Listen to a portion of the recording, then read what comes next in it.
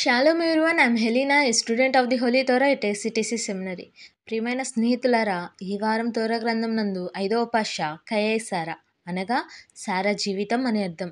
ఇది సెఫర్ తోరాలో 5వ పర్ష మరియు సెఫర్ బెరషిత్ లేదా ఆదికాండంలో 5వ పర్ష.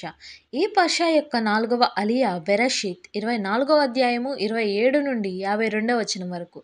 ఈ 4వ అలియాలో ఎలియేజర్ లాబాన్ ఇంటికి చేరుకొని ఎలోహిం యొక్క దయ మరియు మార్గదర్శకత్వం గురించి పూర్తి వృత్తాంతం చెప్పాడు.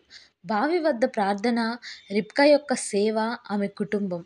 అతడు బంగారు, వెండి ఆభరణాలు, వస్త్రాలు రిబ్కాకు, ఆమె తల్లి మరియు సోదరుడికి బహుమతులుగా ఇస్తాడు.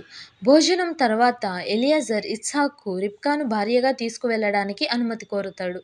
లాబాన్ మరియు బెతూయేలు ఇది ఎలోహిం నుండి వచ్చింది అని అంగీకరిస్తారు. మరుసటి రోజు ఆలస్యం చేయమని కోరినా ఎలియాజర్ త్వరగా బయలుదేరాలని పట్టుబడతాడు. రిబ్కా వెళ్తాను అని స్వయంగా సమ్మతి ఇస్తుంది. ఈ భాగం దైవిక ఏర్పాటు, ఆతిథ్యం, విశ్వాసపూర్వక నిర్ణయాలు మరియు రిబ్కా యొక్క ధైర్యంను నొక్కి చెప్తుంది.